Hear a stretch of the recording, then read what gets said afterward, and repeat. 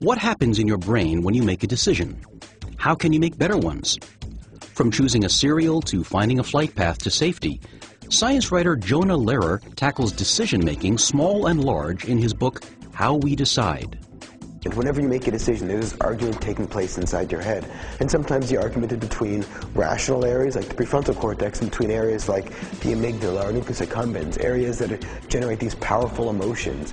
And so the key in terms of making the right decision is figuring out how to reconcile this argument, which side you should listen to.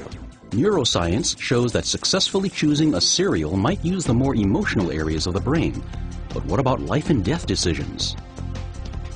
So there's also a tug-of-war, an emotional argument taking place when we have to make very stressful situations. It's hard to imagine a more stressful situation than being in a cockpit when you lose total engine power over New York City. 70. This is Cactus 1539. Hit birds, lost thrust on both engines, returning back towards LaGuardia.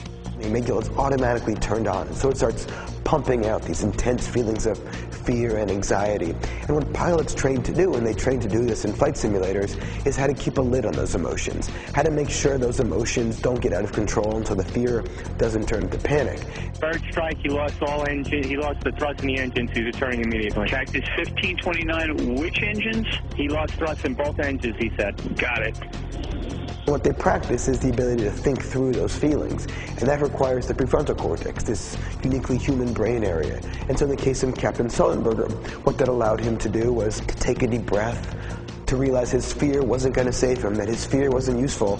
So instead what he had to do was look at his airspeed indicator, his altitude, look how far away the runway in Teterboro, New Jersey was, or whether or not he could return to LaGuardia, and realize that the best decision he could make at that moment was to land on the Hudson. So that was very much a rational decision. In many respects, the brain is like a Swiss Army knife. It's stuffed full of all these different tools, these different ways of thinking. We can rely on the amygdala or the nucleus accumbens or the prefrontal cortex. And by using metacognition, we can really tailor this thought process to the task at hand. So, in a sense, learning about how we think can allow us to think better.